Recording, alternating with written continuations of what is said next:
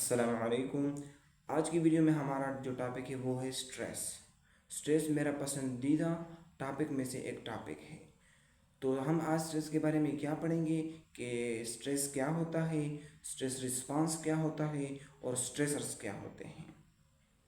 तो पहले समझते हैं कि what is stressor. Stressor any event situation or external stimulus that cause stress response in the body. कोई भी ऐसा सिचुएशन, कोई भी ऐसी इवेंट या कोई भी ऐसी एक्सटर्नल स्टिमुलस जो आपके बॉडी के अंदर स्ट्रेस रिस्पांस को एक्टिवेट करे, हम उसे स्ट्रेसर कहेंगे। स्ट्रेस रिस्पांस किसे कहेंगे? ये जब स्ट्रेसर अकर हो जाएंगे, इसके नतीजे में आपके बॉडी के अंदर जो रिस्पांस जनरेट होगा, इसको हम स्ट्रेस रिस्पांस कहेंगे। अब आते हैं कि इसकी वजह से स्ट्रेस रिस्पांस जब आपके बॉडी के अंदर एक्टिवेट हो जाए तो इसकी वजह से आपकी बॉडी के अंदर कौन से किस तरह ये आपके बॉडी को इफ़ेक्ट करता है, ये स्ट्रेस रिस्पांस किस तरह आपके बॉडी के अंदर जनरेट होता है। तो इसके दो पाथवे हैं, एक को फास्ट एक्टिंग पाथवे कहते हैं और दूसरे को स्लो एक्टिंग पाथवे कहते हैं। फास्ट एक्टिंग पाथवे को इसलिए फास्ट एक्टिंग कहते हैं कि ये बहुत तेज़ी से, बहुत जल्दी अपना असर स्टार्ट कर लेता है, यानी सेकंड्स या मिनट्स में कर लेते हैं। और दूसरा जो है वो स्लो एक्टिंग है, वो तकरीबन मिनट्स या आवर भी ले जाता है। तो जो पहले पहले डिस्कस करते हैं फास्ट एक्टिंग पाथवे, मगर इससे पहले आपको ये पता होना कि हमारी बॉडी के अंदर दो किस्म की कोऑर्डिनेशन होती है, एक को नर्वस कोऑर्डिनेशन कहते हैं और एक को केमिकल कोऑर्डिनेशन कहते हैं।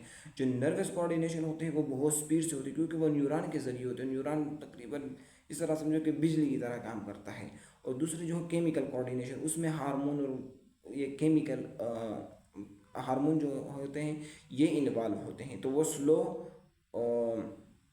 बहुत स्लो काम करते हैं। तो फास्ट रीडिंग पाथवे में क्या होता है कि जब जो आपका ब्रेन है, यहाँ पर एक रीजन है जिसको हम हाइपोथैलेमस कहते हैं। हाइपोथैलेमस से डायरेक्ट न्यूरॉन कनेक्शन है, तो स्पाइनल कार्ड जो आपके जो एड्रीनल ग्लैंड है वहाँ तक उसका कनेक्शन है। तो क्या होता है कि हाइपोथैलेमस जो है वो स्टिमुलस भेजता है किसको? एड्रिनल ग्लैंड को, कि वो एड्रिनल ग्लैंड क्या करे कि वो अपने हार्मोन रिलीज करे। तो वो क्या रिलीज करता है? वो एपिनेफ्रिन और नॉन एपिनेफ्रिन को सर्कुलेशन में रिलीज कर लेता है। जब एपिनेफ्रिन नॉन एपिनेफ्रिन रिलीज हो गए तो वो ब्लड में आ जाएंगे, तो वहाँ पर ब्लड से वो अपने जो उसके टारगेट्स हैं वहाँ पर वो अपना असर स्टार्ट कर लेगा, मुख्तलिफ बॉडी टिश्यू, मुख्तलिफ बॉडी आर्गन पर अपना काम कर लेगा। तो ये क्या हुआ फास्टिंग पेथवे कि हाइपोथैलेमस डायरेक्ट न्यूरॉन के जरिए मैसेज आया, एड्रिनल ग्लैंड एक्टिवेट हो गया, उसने एपिनेफ्रिन नॉन एपिनेफ्रिन को रिलीज कर लिया। जो दूसरी हमारे पास पाथवे है वो है slow acting pathway.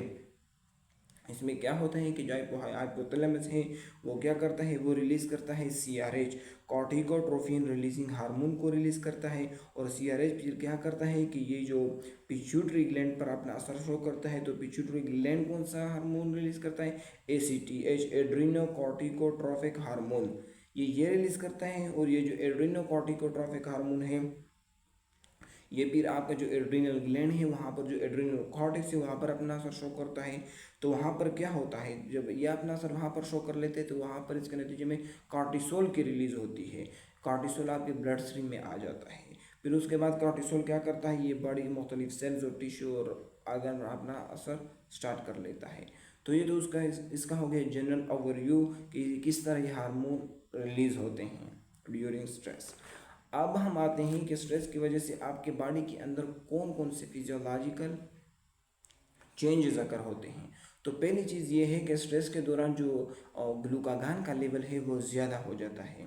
Stimulate stress response क्या करता है? स्टिमुलेट कौन सा हार्मोन है जो ग्लाइकोजन को तोड़ता है और उससे ग्लूकोज को निकलता है। तो उसके नतीजे में क्या होगा कि आपके ब्लड के अंदर ग्लूकोज की कंसनट्रेशन ज़्यादा हो जाएगी। और इस सिचुएशन में आपको ग्लूकोज ज़्यादा ज़रूरी भी है। नॉर्मल प्रोसेस है कि स्ट्रेस के इस सिचुएशन से आपको बाहर निकलने के लिए एनर्जी की ज़रूरत होगी और एनर्जी आपको ग्लूकोज के फॉर्म में मिलेगी, तो आपके लिए फ़ायदेमंद है।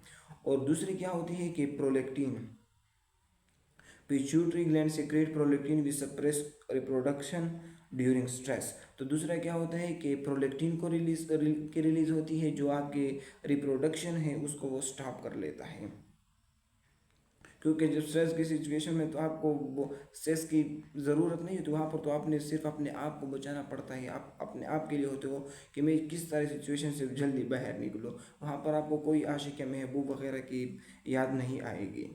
और तीसरी क्या होती है कि एंडोर्फिन एंड एनकेफेलिन एनकेफेलिन रिड्यूस और ब्लंट पेन रिसेप्शन। एंडोर्फिन जो है ये रिलीज होती हैं जो ये आपके पेन के परसेप्शन है उसको रिड्यूस कर लेते हैं, यानी आपको इस दौरान ज़्यादा पेन फील नहीं होगा। और इसके बाद आते हैं कि the secretion of various reproductive hormones such as oestrogen, progesterone, testosterone inhibited. और स्ट्रेस रिस्पांस के दौरान ये जो हार्मोन है, जो सेक्स हार्मोन है, इसकी इनहिबिशन हो जाती है, ये रिलीज नहीं होते। और दूसरे इसके साथ जो ग्रोथ हार्मोन है वो भी रिलीज नहीं होते, उसकी भी इनहिबिशन हो जाती है। और अब आते हैं कि स्ट्रेस रिस्पांस का आपके हार्ट के ऊपर क्या असर है। तो ये क्या करता है कि ड्यू टू सिंपैथेटिक एक्टिविटी और due to release of epinephrine, जो मैंने पहले कहा कि स्ट्रेस के दौरान तो ये जाहिर सी बात है कि सिंपैथेटिक एक्टिविटी जो है वो एक्टिवेट होगी, और दूसरी क्या होगी कि एपिनेफ्रिन, नॉन एपिनेफ्रिन और कॉर्टिसोल की रिलीज होगी। जब सिंपैथेटिक एक्टिविटी एक्टिवेट होगी और एपिनेफ्रिन की रिलीज होगी तो उसके नतीजे में क्या होगा कि आपका हार्ट रेट ज़्यादा हो जाएगा, जिसके नतीजे में आपका बीपी जो है वो ज़्यादा हो जाएगा, बीपी बढ़ जाएगा। और इसका जो ब्रीथिंग है उस पर क्या इफेक्ट है कि रैपिड ब्रीथिंग स्ट्रेस के दौरान जो, या स्ट्रेस रिस्पांस जब एक्टिवेट होगा तो आपकी ब्रीथिंग तेज़ हो जाएगी, क्योंकि आपको वहाँ पर ज़्यादा एनर्जी की ज़रूरत है, ज़्यादा ऑक्सीजन की ज़रूरत होती है। तो उसके लिए आपको क्या होगा कि ज़्यादा ऑक्सीजन की ज़रूरत के लिए आपको तेज़ से सांसें लेनी पड़ेगी ताकि आप ज़्यादा ऑक्सीजन अपने अंदर ब्रीथ कर लो। और उसके बाद क्या है कि इस दौरान स्ट्रेस रिस्पांस के दौरान प्यूपल जो है यो डायलेट हो जाते हैं। और तीसरी जो, और इसके साथ जो चौथी चीज़ है कि इसका डाइजेस्टिव सिस्टम पर क्या असर है। तो स्ट्रेस के दौरान जो है ना, हमारे पास दो किस्म के ऑटोनोमिक नर्वस सिस्टम है, ये दो में डिवाइड होता है। एक को हम सिंपैथेटिक नर्वस सिस्टम कहते हैं और एक को पैरासिम्पैथेटिक नर्वस सिस्टम कहते हैं। पैरासिम्पैथेटिक सिस्टम जो है ये रिलैक्स कंडीशन में रेस्ट एंड डाइजेस्ट मूड में एक्टिवेट होता है। जो सिंपैथेटिक एक्टिविटी है वो फाइट और फ्लाइट या स्ट्रेस के दौरान एक्टिवेट होता है। तो स्ट्रेस क्या है, फाइट और फ्लाइट सिचुएशन है। तो जो डाइजेशन है ये पैरासिम्पैथेटिक एक्टिविटी है, ये रेस्ट एंड डाइजेस्ट का फिनोमेना है। तो यहाँ पर आपकी डाइजेशन स्टॉप हो जाएगी, आपकी सिंपैथेटिक एक्टिविटी ज़्यादा हो जाएगी, जिसकी वजह से आपकी डाइजेशन स्लो डाउन हो जाएगी, डाइजेशन नहीं होगी। इस दौरान आपको सिर्फ अपने आप को आपने सिर्फ अपने आप को बचाना है।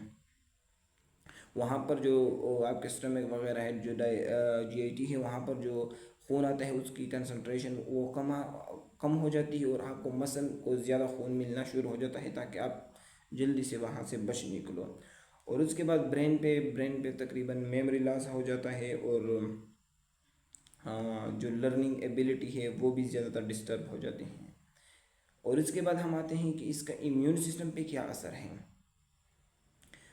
इम्यून सिस्टम के हवाले से मैं आपको बताऊंगा कि मैंने एक किताब पढ़ी थी, रॉबर्ट सपोल्स की किताब है why zebra don't get ulcer. उसमें इसने कहा था कि स्ट्रेस रिस्पांस जो है ये इम्यून सिस्टम को एक्टिवेट भी करता है और सप्रेस भी करता है। अब आप हैरान होंगे कि ये एक्टिवेट भी करता है, सप्रेस करता है, तो कब एक्टिवेट करेगा कब सप्रेस करेगा। तो उसने कहा कि जब हम एक स्पीशी को जब हम स्ट्रेस देते हैं फिर उससे स्ट्रेस हटाते हैं, फिर स्ट्रेस देते हैं फिर उसे स्ट्रेस हटाते हैं, फिर बार बार इस तरह वक्फे वक्फे से देते हैं, तो उस दौरान क्या होगा कि इम्यून सिस्टम एक्टिवेट होगा। और जब हम इस तरह करते हैं कि जब प्रोलॉन्ग स्ट्रेस हो के तय होगा, कंटिन्यू स्ट्रेस होगा करना प्रोलॉन्ग वक्त के लिए, तो वो क्या करता है, वो कहता है कि ये इम्यून सिस्टम को सप्रेस कर लेता है। और यहाँ पर एक बात और ज़रूरी है कि जब भी आपका इम्यून सिस्टम सप्रेस हो जाएगा तो आपके बैक्टीरिया जो है, जो माइक्रो ऑर्गेनिज्म, वो खुश हो जाएंगे कि अब हमारे दुश्मन इम्यून सिस्टम जो है उनके लिए एक दुश्मन है, कि अब हमारा दुश्मन कमज़ोर पड़ गया, तो वो फिर आपके अंदर मुख्तलिफ़ किस्म के इन्फेक्शन काज करने लग जाएंगे। बहुत आसानी से वो इन्फेक्शन आपके बॉडी के अंदर होने लगेंगे। तो ये थी हमारी आज की गुफ्तगू। इंशाल्लाह नेक्स्ट वीडियो में मिलते हैं एक अलग से खूबसूरत से टॉपिक पर।